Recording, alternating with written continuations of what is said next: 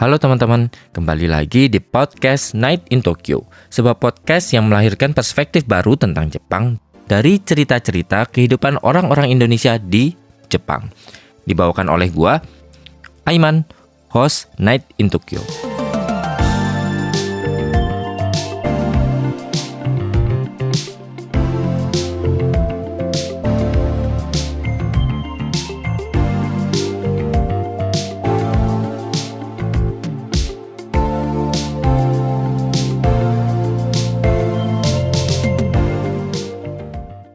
Halo teman-teman, kembali lagi dengan gue Iman di Night in Tokyo. Gimana teman-teman kabarnya semingguan ini? Semoga teman-teman tetap sehat, tetap baik-baik aja, tetap lancar semuanya kerjaannya. Yang masih studinya juga, semoga rezekinya lancar-lancar juga teman-teman. Seperti biasa untuk episode kali ini gue akan bermonolog. Mungkin gue bakal membacakan beberapa berita atau kejadian yang ada atau yang sedang ramai di Jepang beberapa pekan ini atau minggu ini. Dan nantinya kemudian gua bakal membacakan beberapa komen-komen dari teman-teman yang ada di Spotify tentunya. Jadi bagi yang teman-teman pengen tanya atau pengen komen dan pengen tanya atau pengen ditanggapi pendapatnya atau gimana gitu, bisa langsung aja komen di Spotify, karena di Spotify sekarang udah ada kolom komentar, jadi silahkan komen di sana. Oke, buat minggu ini kayaknya teman-teman yang di Indonesia sendiri juga udah beberapa orang tahu tentang berita ini, karena berita ini itu udah kayak apa ya, udah banyak yang diberitakan oleh portal berita online di Indonesia atau akun-akun gosip yang ada di Indonesia, dan keberadaan berita itu atau ya kejadiannya sih mungkin benar ya teman-teman, tapi apakah itu menjadi sebuah pelanggaran kriminal atau enggak, gue juga belum bisa dipastikan, karena itu cuma mungkin kemungkinan besar hanya ya seru-seruan doang, tapi ya nggak tahu ya. Mari kita lihat apakah kayaknya bakal nggak jadi berita heboh juga sih, mungkin ya intinya gue bakal cerita gue bakal cerita kronologinya ya sebenarnya. Jadi belakangan ini itu di Jepang heboh dengan, mungkin beberapa teman juga udah tahu ya, ada sebuah grup yang katanya meresahkan. Jadi kayak dia ngumpul-ngumpul atau terus membuat video, terus membuat sebuah komunitas gitu. Bahkan dia bilang sekumpulan oknum yang kayaknya sih ya, kalau dari beberapa foto dan beberapa video yang gue lihat itu mereka ada di daerah Osaka ya. Sebenarnya kalau ditelusuri awalnya itu heboh pertamanya itu atau sumbernya itu dari sebuah tweet atau X dari akun Minato Satou ya. Gue juga nggak tahu juga ya sebenarnya apakah dia orang Indonesia yang tinggal di Jepang ataukah orang Indo yang tinggal di Indo gitu, karena tweetnya itu dalam bahasa Indonesia. Cuma beberapa hari lalu gue mencari akunnya, kayaknya akunnya udah hilang gitu ya teman-teman. Jadi tweet yang pertama kali, kayaknya sih itu pertama kali untuk yang rame ya, nggak tahu apakah sumbernya dia awalnya dia, tapi pertama kali yang membuat itu rame itu akun itu. Entah kenapa kemarin atau per hari ini akun yang nggak bisa dibuka, dan ya udah nyebar kemana-mana, ada di akun online, berita online, Instagram, terus dan lain-lain. Terus beberapa orang Indonesia yang lagi ada di Jepang juga ikut meramaikan. Dan ya intinya mungkin teman-teman yang di Indonesia pun udah tahu lah tentang berita ini. Jadi Minako Sato itu mengetweet sebenarnya. Jika ada sebuah grup dalam grup Instagram gitu ya, dengan nama Pemulih Harga Diri Jepang. Setelah gua telusuri, kayaknya pemulih harga diri ini tuh kayak sebenarnya ya, gua nggak tahu ya apakah kalian itu menamai diri kalian ormas atau hanya sekedar komunitas, nggak tahu. Tapi sebenarnya ini tuh udah ada duluan di Indonesia gitu.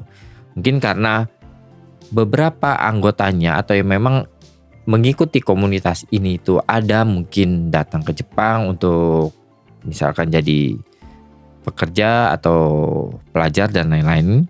Gue nggak tahu sebenarnya, nggak ada yang kenal juga. Akhirnya mereka itu kayak membuat grup yang sama tapi berdomisili di Jepang.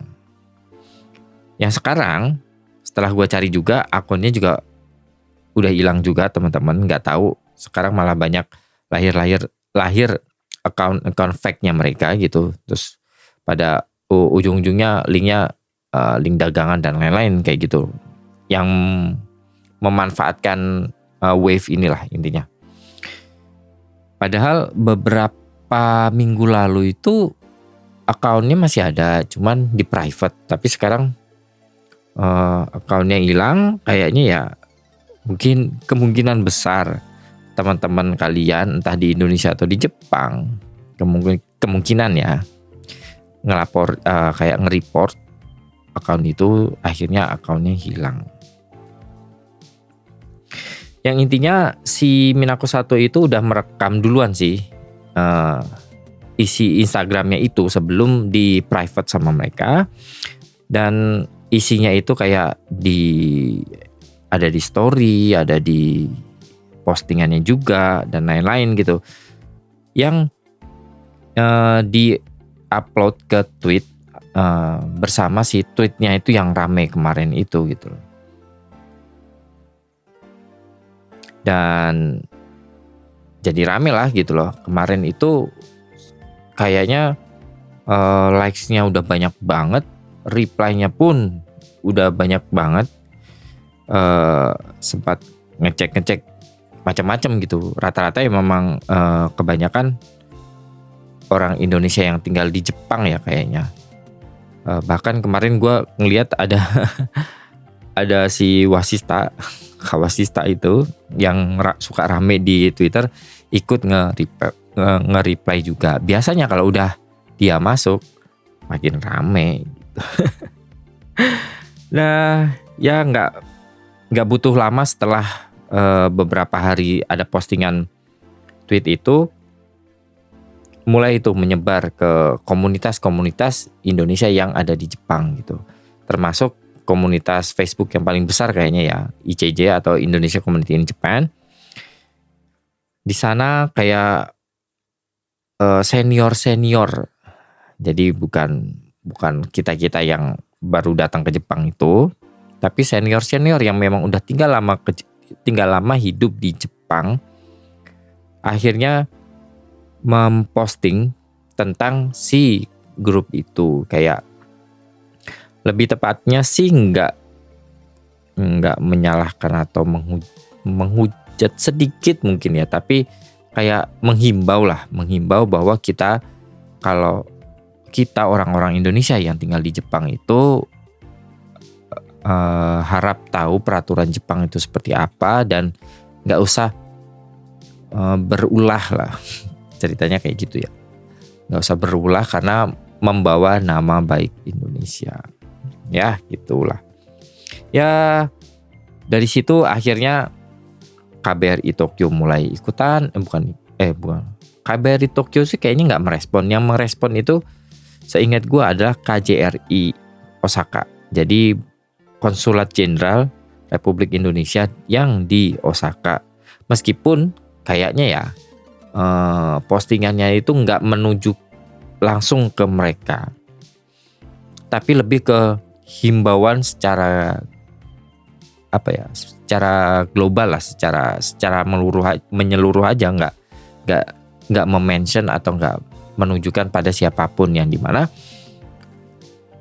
himbauannya adalah ya balik seperti yang kita tahu, pepatah yang sering kita kita sebutin gitu loh, bahwa di mana bumi dipijak, di situ langit dijunjung, jinjing, ya itulah yang artinya teman-teman juga udah tahu. Jadi di mana kita tinggal di sebuah daerah itu, ya kita pun sepatutnya dan seharusnya mungkin ya menghormati peraturan yang sedang berlaku di wilayah itu, yang dimana di sini itu adalah di Jepang.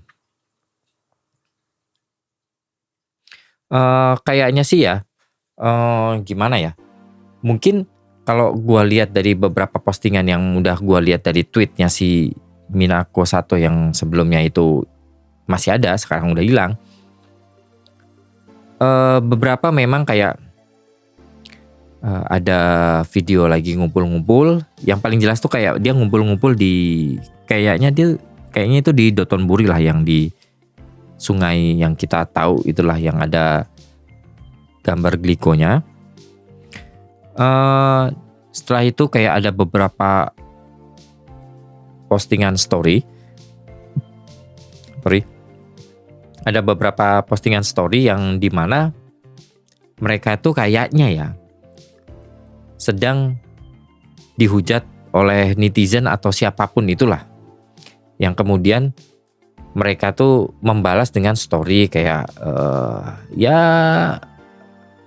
kayak saling ngedis lah kalau di rapper gitu, saling ngedis. Dan beberapa postingannya kayak ada yang naik sepeda bawa spanduk mereka. Terus ada yang paling parah sih, meskipun ya gue juga nggak tahu, ada satu video itu mereka kayak bawa senjata tajam panjang lagi. Gue nggak tahu apakah itu benar di Jepang atau enggak, tapi ya di account itu, soalnya backgroundnya tuh background tembok gitu loh. Gue juga nggak tahu ya apakah itu di Jepang atau enggak gitu. Yang intinya kayak mereka tuh sedang berantem dengan kelompok yang lain atau berantem dengan seseorang gitu, kayak saling balas-balasan story kayak gitu-gitulah, saling menghujat lah, intinya kayak gitu.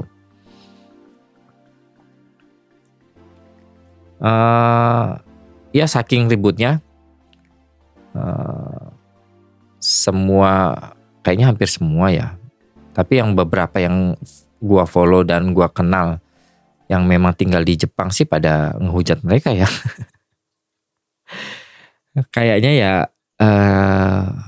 dengan banyaknya orang-orang yang itu mungkin melaporkan Instagramnya mereka, dan akhirnya Instagramnya sekarang malah hilang gitu.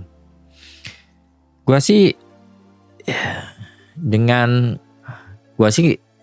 kalau melihat bukan fenomena ya, kejadian ini ya memang norak lah. Tapi siapa yang nggak norak ketika kalian baru pertama kali datang ke Jepang gitu loh. Nah, gua sendiri pun dulu norak juga ketika pertama kali datang ke Jepang gitu. Ya memang fasenya seperti itu gitu. Mungkin beberapa ada orang yang beranggapan atau berpendapat kayak merusak nama baik Indonesia dan lain-lain, ya itu mungkin bisa diperdebatkan juga gitu. Yang jelas menurut gue sih, gue nggak heran sebenarnya ketika ada kejadian seperti itu gitu. Bukan aja ya, ada kejadian atau ada kelompok seperti itu di Jepang gitu, karena kita tahu sendiri kalau kita melihat secara gimana orang Indonesia itu hidup di Indonesia, ketika mereka suka berkumpul, terus membentuk sebuah komunitas atau membentuk sebuah grup atau enggak membentuk sebuah ormas, ya itu sebenarnya sama seperti itu juga gitu loh. Mungkin karena akhirnya anggotanya jadi banyak di Jepang, akhirnya mereka menamai sebuah grup itu sendiri gitu loh.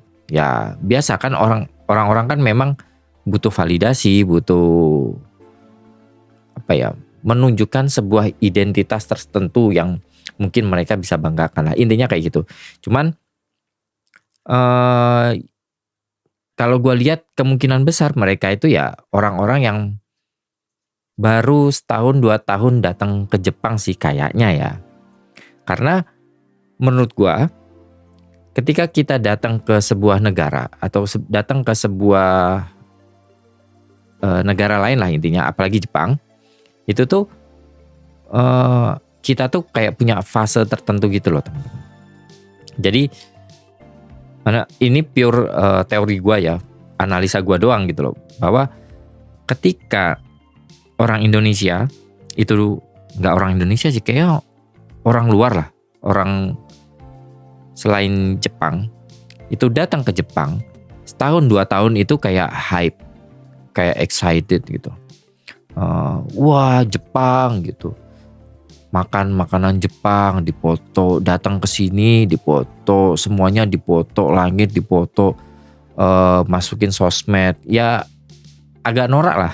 Cuman mereka ya noraknya beda aja gitu, kita noraknya beda aja gitu. Tapi ya menurut gue ya dua-duanya norak juga gitu. Tapi ya bisa dibilang itu tuh memang fasenya kayak gitu loh. Mungkin ya mereka melewati batas gitu, tapi ya motivasinya tuh sama, bukan motivasi ya, penyebabnya tuh sama, ya norak aja gitu loh. Karena baru datang ke Jepang merasa wah Jepang kan di benak orang Indonesia kan keren dan lain-lain. Kayak tinggal di Jepang, hidup di Jepang, unik dikit di foto, di share, terus kayak udah mulai kayak tiap hari nge-story di Instagram dan lain-lain. Nah, kemungkinan mereka tuh seperti itu karena biasanya di tahun ketiga dan tahun keempat itu adalah tahun dimana orang-orang yang mulai tinggal di Jepang itu mulai enak dengan Jepang.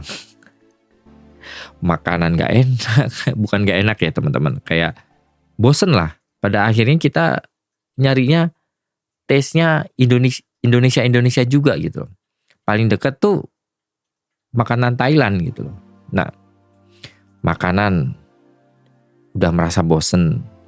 Terus biasanya di tahun itu tuh kita udah mulai kayak bukan resah ya, protes atau kesel atau udah mulai nggak suka dengan peraturan-peraturan yang ada di Jepang itu. Kenapa sih Jepang tuh kayak gini? Kenapa sih mau bikin gini aja harus gini?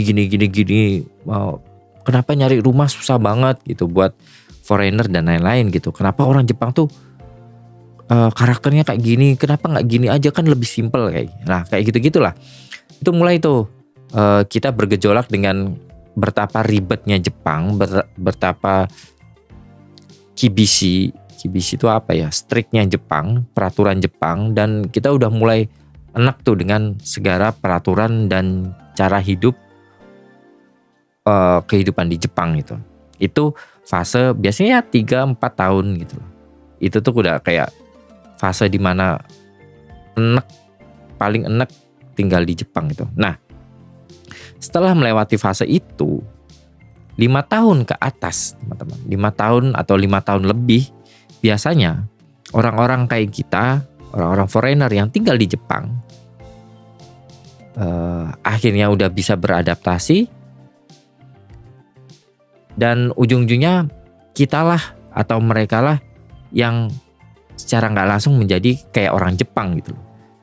Tingkahnya sama, jalan berpikirnya mirip-mirip, meskipun nggak sama ya, tapi mirip-mirip, terus dengan peraturan patuh, udah beneran kayak orang Jepang aja tinggal di Jepang gitu loh. Jadi kalau melihat dari fase-fase seperti itu, biasanya orang-orang yang norak tinggal di Jepang biasanya orang yang baru 1-2 tahun datang atau nyampe di Jepang, teman-teman. Ya kemungkinan mereka tuh ya seperti itu. Cuman ya yang gua concern itu kayak sebenarnya gua tuh nggak terlalu inilah dengan nama baik Indonesia atau apapun, karena ya apapun negaranya gitu, semuanya ya balik ke individunya sendiri gitu loh. Gua tuh bukan tipe yang menjudge negara gara-gara satu oknum atau beberapa oknum doang gitu loh. Gue merasa kalau orangnya seperti itu tuh bukan karena negaranya ya, emang karena dianya aja begitu gitu loh. Nah, jadi gue nggak terlalu resah lah kayak. Nah, pada akhirnya beberapa bulan lalu tuh kayak banyak berita jelek tentang orang Indonesia di Jepang. Pada akhirnya ya orang-orang Jepang sekitar gue itu juga melihatnya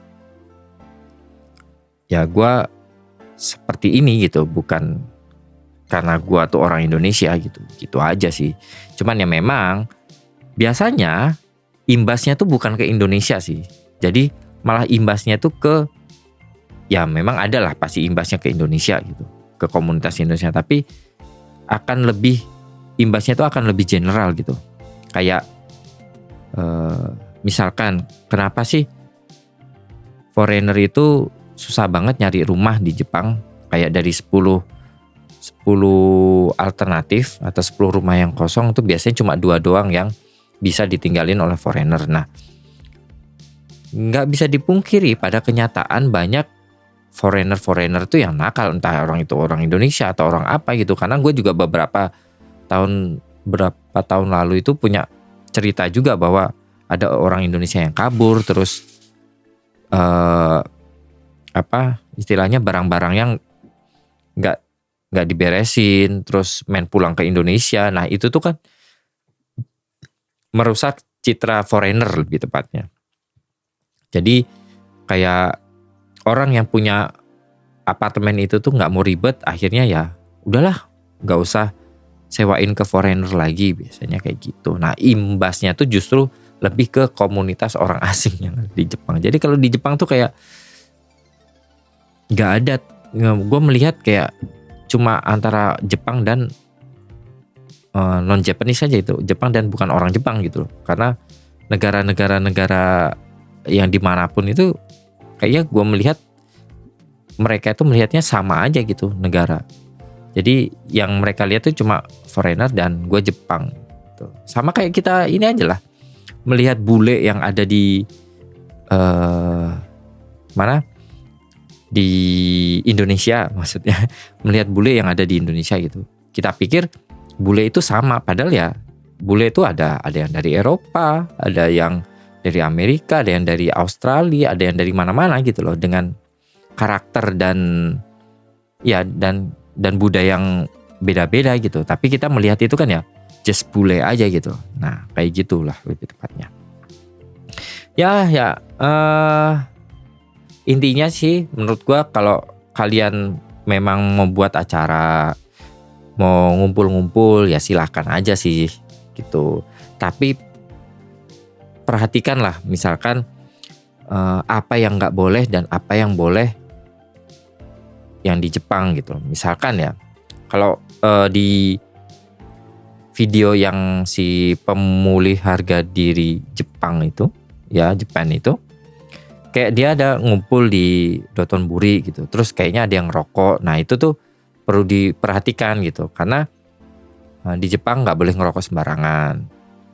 Meskipun mungkin karena faktor massa gitu, faktor banyak orang terus jadi punya keberanian tersendiri gitu. Nah itu ya dihindari, meskipun paling ditegur doang, mungkin 2-3 kali Pak diusir sama polisi bisa jadi. Tapi ya ngumpul aja nggak apa-apa, tapi ya taat peraturan juga gitu.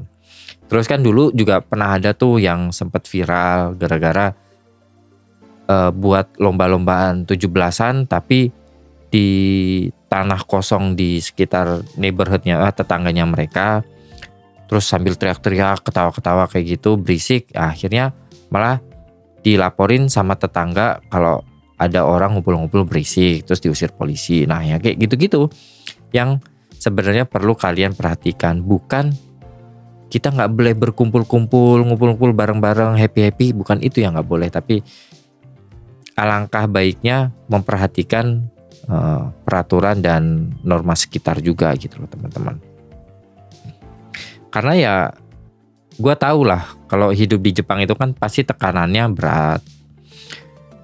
Apalagi anak-anak Kenshu, terus stres juga kan. Dan jadi pastilah mereka tuh butuh support yang dimana akhirnya supportnya itu bisa datang dari komunitas itu sendiri gitu loh. Jadi sebenarnya komunitasnya ya fine-fine aja menurut gue ya. Cuman ya perhatikan jangan sampai melanggar hukum aja. Apalagi kemarin tuh ada ya itu kan memperlihatkan senjata tajam yang dimana itu kan memancing bahwa apakah itu nanti menjadi hal yang berbau kriminal atau enggak ya kayak gitu-gitu. Terus naik sepeda enggak patuh peraturan dan lain-lain. Jadi ya itulah yang justru lebih diperhatikan gitu. Sebenarnya membuat komunitas apapun keren-kerenan ya meskipun sedikit norak ya, tapi ya sebenarnya nggak apa-apa menurut gue ya. Cuman ya karena mungkin mereka juga butuh gitu, butuh support system, butuh orang yang bisa saling jaga, butuh orang yang bisa saling bantu dan lain-lain gitu. Apalagi Jepang itu bukan negara yang gampang buat ditinggalin menurut gue ya, kayak gitu. Jadi ya semoga teman-teman bisa lebih bijak dalam berkegiatan di Jepang gitu. Silahkan berkumpul, silahkan buat acara dan lain-lain, tapi harap perhatikan bagaimana peraturan dan norma yang ada di Jepang itu. Nah, hal yang menghebohkan selanjutnya itu juga mungkin teman-teman yang tinggal di Jepang tahu bahwa beberapa minggu lalu itu kayak ada typhoon ya. Memang kalau yang di Jakarta di Tokyo itu nggak terlalu kena impactnya gitu, tapi yang Kyushu tuh kayaknya parah banget karena dia typhoonnya tuh bergerak dari Kyushu sampai ke barat Tokyo terus ke atas kayak gitu-gitu. Nah, typhoonnya sih sebenarnya nggak apa-apa teman-teman, tapi karena ada pemberitaan typhoon itu, mungkin teman-teman Indonesia di Jepang tahu bahwa sampai saat ini kita masih kesulitan mencari beras, teman-teman. Jadi mungkin gara-gara orang pada panik, jadi pada nimbun beras, beli beras atau rebutan beli beras. Jadi sampai saat ini beras itu belum, atau bisa dibilang susah ya, masih susah ditemukan di supermarket manapun teman-teman, khususnya Tokyo. Mungkin sarannya teman-teman yang tinggal di Jepang kalau udah menipis bisa cek di beberapa online store juga kayak e-commerce yang ada di Jepang.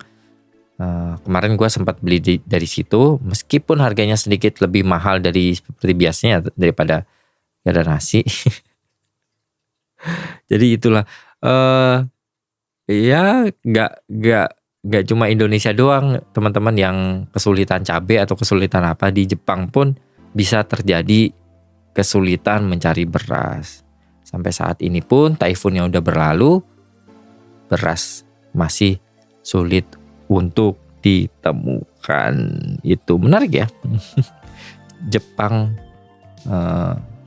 kesulitan beras gitu. Padahal berita itu akan jauh lebih menarik daripada berita apa sih tadi nama kelompoknya, pemulih harga diri. Oke. Gua bakal masuk ke beberapa komentar ya. Beberapa komentar dari teman-teman yang ada di Spotify. Jadi buat teman-teman yang memang pengen tanya-tanya atau pengen komentarnya ditanggepin, bisa langsung komen aja di komen yang ada di Spotify. Nanti setiap episode yang kayak gini-gini, setiap episode gua bermonolog kayak gini bakal gua bacakan dan gua tanggapi. Oke, ada satu komen di episode 19 tentang yang naik market Jepang malah anjlok itu, ada dari Cank. Perbanyak maze-maze. Oke. Kemarin udah gua rilis juga teman-teman maze-mazenya. Memang maze-maze itu bukan episode reguler ya teman-teman. Itu cuma selingan. Karena itu tuh kayak sebuah ide gua doang gitu untuk menjadi media pembelajaran gitu buat teman-teman Indonesia yang pengen belajar bahasa Jepang, ataupun teman-teman Jepang yang pengen belajar bahasa Indonesia gitu. Karena kita ngobrolin dengan dua native bahasa kita masing-masing. Si Marisa bahasa Jepang, gua dan Yemima itu bahasa Indonesia gitu.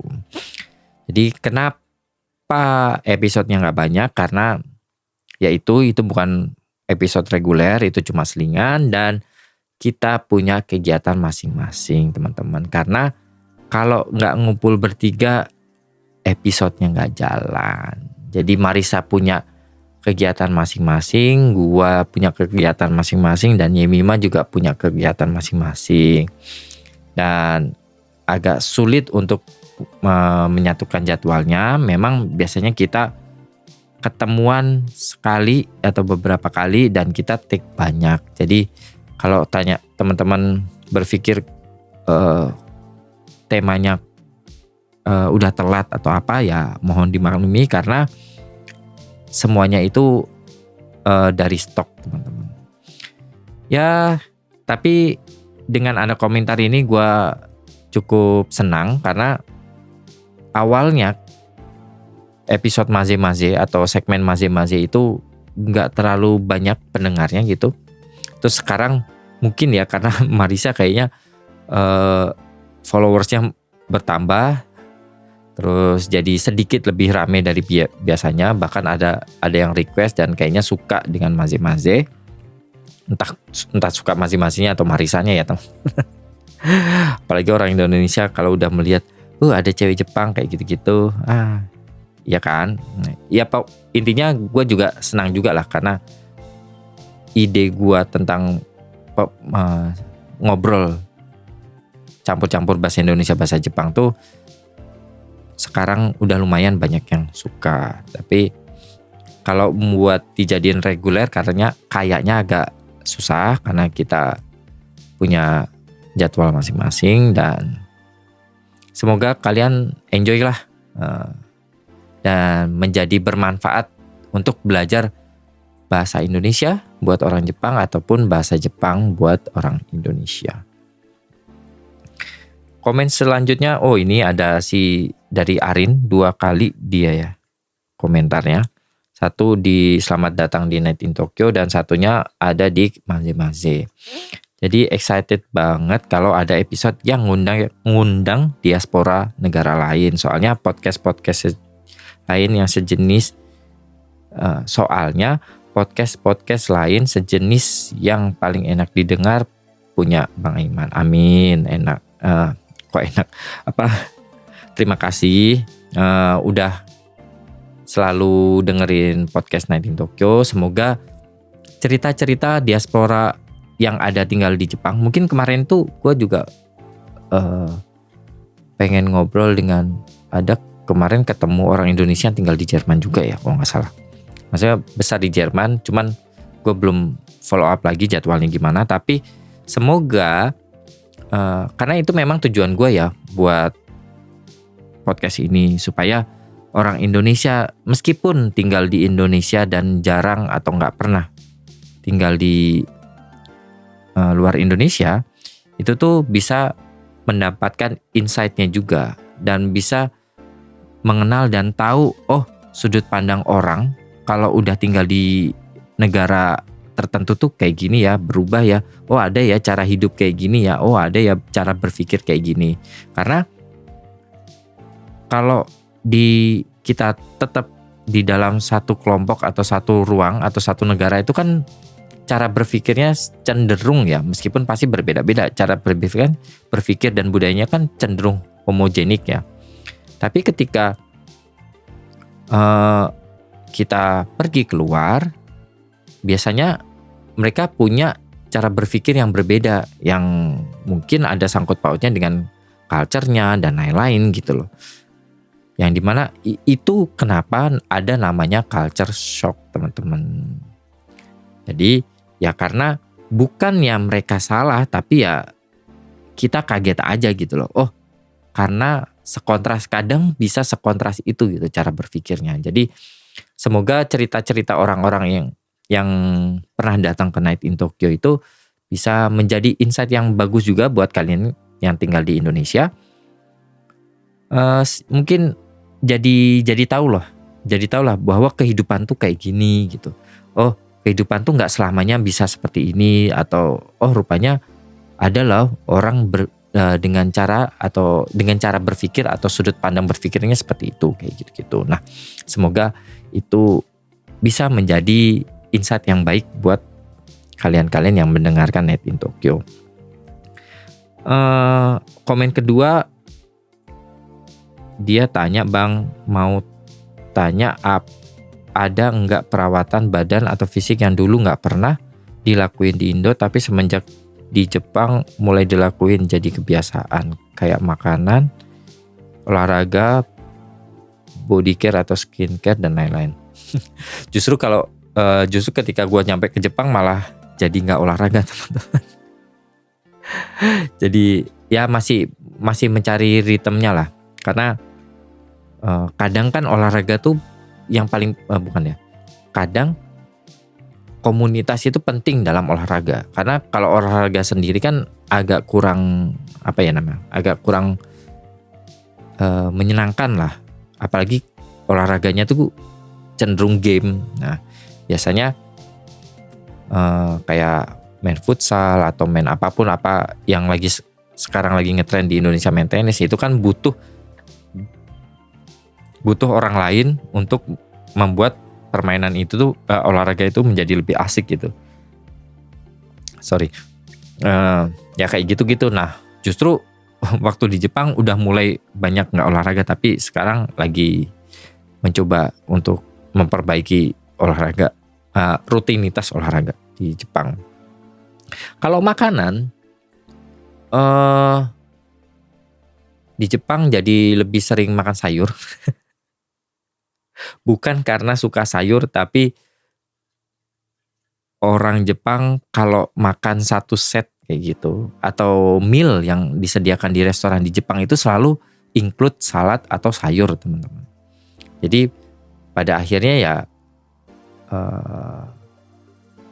jadi banyak makan sayur di Jepang gitu. Dan mungkin makanannya bisa dibilang lebih sehat, karena berbeda dengan makanan Indonesia, minyaknya nggak terlalu banyak, terus mungkin gulanya juga nggak terlalu banyak di Jepang secara makanan ya. Kalau kita tahu kan makanan Indonesia tuh udah manis, terus banyak minyaknya, ya memang enak gitu loh, tapi itu kan yang berlebihan yang nggak boleh gitu loh. Apalagi minumannya di Indonesia kan manis banget ya, teman-teman.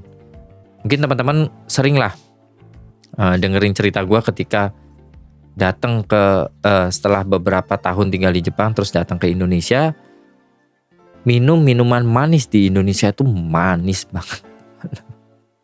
Gue malah saking nggak pernah minum seperti itu jadi kaget sendiri gitu. Oh, rupanya minuman di Indonesia minuman manisnya tuh manis banget gitu, kadar gulanya tuh tinggi banget gitu. Nah, kalau bisa dikurang-kurangin, teman-teman. Apalagi teman-teman yang punya diabetes tuh kurang-kurangin sih kayak gitu. Nah, di Jepang tuh kayak gitu. Mungkin ya gimana ya?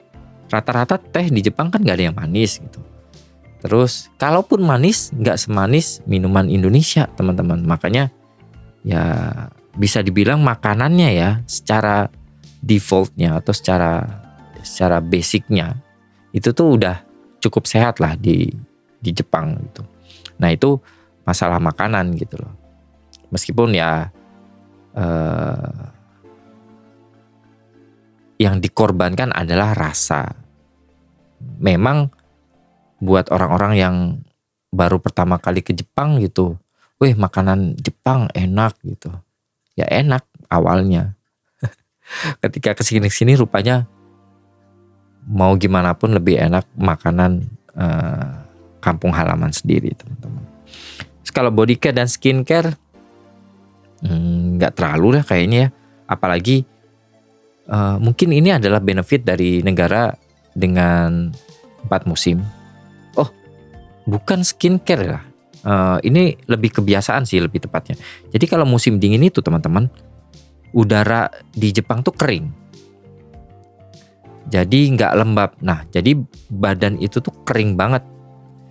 Bahkan saking keringnya hidung bisa berdarah dan lain-lain. Nah, itu biasanya kalau udah musim dingin, air purifier itu penting. Terus lotion yang buat melembabkan tangan itu tuh juga penting. Kenapa?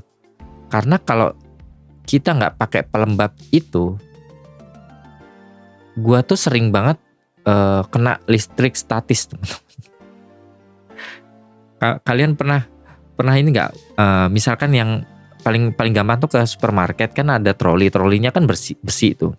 Terus kadang-kadang kalian tiba-tiba kesetrum kecil gitu. Nah, itu tuh bakal sering terjadi ketika musim dingin karena yang gua baca karena udaranya kering, jadi listrik yang ada di tubuh kita itu nggak tersalurkan ke udara gitu loh, nggak tersalurkan ke udara karena kering. Kalau udaranya lembab itu tuh listriknya tuh bergerak gitu, kayak gitu ya kurang lebih. Tapi karena udaranya kering, listriknya itu stay di tubuh kita. Nanti ketika kita megang benda metal gitu, nah listriknya tuh tersalurkan, jadi tangan kita kesetrum gitu, kayak gitu-gitu. Nah, untuk ngakalin kayak gitu, meskipun gua dulunya nggak terlalu sering pakai lotion, ya mau nggak mau harus pakai lotion tangannya gitu loh, biar nggak kering juga gitu loh. Dan gua sih lebih nggak suka kena strumnya aja sih, teman-teman. Gitu. Kalau muka dan lain-lain kayaknya basic ya, sama-sama aja kayak di Indonesia. Kayak gitu. Oke, terima kasih buat teman-teman yang udah nulis komentar di Spotify.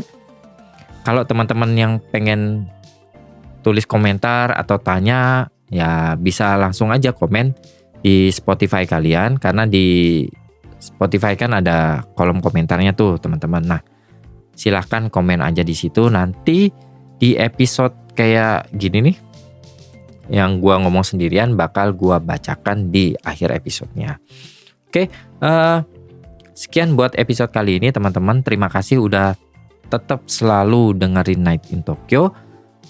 Jangan lupa juga follow Instagram Night in Tokyo di night.in.tokyo, karena di sana gua bakal berbagi informasi yang berkaitan tentang podcast ini atau hal-hal yang berkaitan tentang Jepang, teman-teman. Dan jangan lupa juga kunjungi langsung di website www.nightintokyo.com. Di sana ada blog yang gue tulis, ada foto-foto juga, dan tentunya teman-teman bisa dengerin seluruh podcast yang ada di Night in Tokyo, mulai dari episode awal sampai episode paling baru, semuanya ada di www.nightintokyo.com. Oke, sekian dulu buat episode kali ini. Selamat beristirahat, selamat malam, dan sampai jumpa lagi di episode Night in Tokyo selanjutnya. Bye-bye.